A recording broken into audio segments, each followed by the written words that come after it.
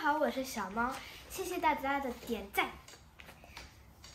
今天我要给你们分享一下我写的一个文章，它是芬兰语的，是我们的历史作业，也是要写一下家庭里比较老的一个东西。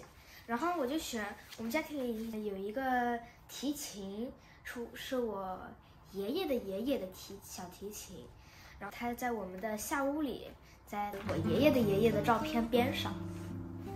然后我就写了一个他的故事，它是芬兰语的，我现在给你们读一读。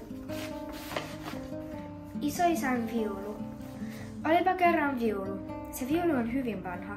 Se on tehty joskus välissä 8000-luvulla. Vanha viulu vielä muistaa, kun Lauri Tamminen soitti sitä Tampereen orkestrassa. Viulu muistaa vielä sen ilon, kun se lauloi. Viulua ei unohdettu, mutta vanhan viulun 4 kieltä poistettiin. Vanhan viulun vanha kaveri, vanha Jousi, ovat hyviä kavereita. Heillä on pitkä historia. Vanha Jousi naarmutti selkäänsä vanhan viulun kielillä ja vanha viulu osasi paremmin laulaa. Vanha Jousi myös muistaa, kun katsomolta kuului loputtomia taputuksia. Vanha Jousi vielä muistaa sen ilon, kun tietää, että monet pitivät sen ja vanhan viulun työstään, mutta joskus on pakko lopettaa.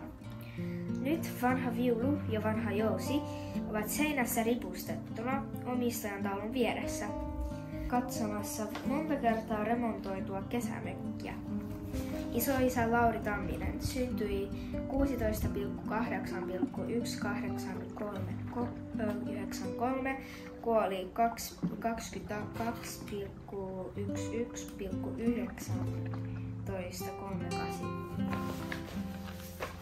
谢谢大家观看，我们现在要走了，再见，再见，再见！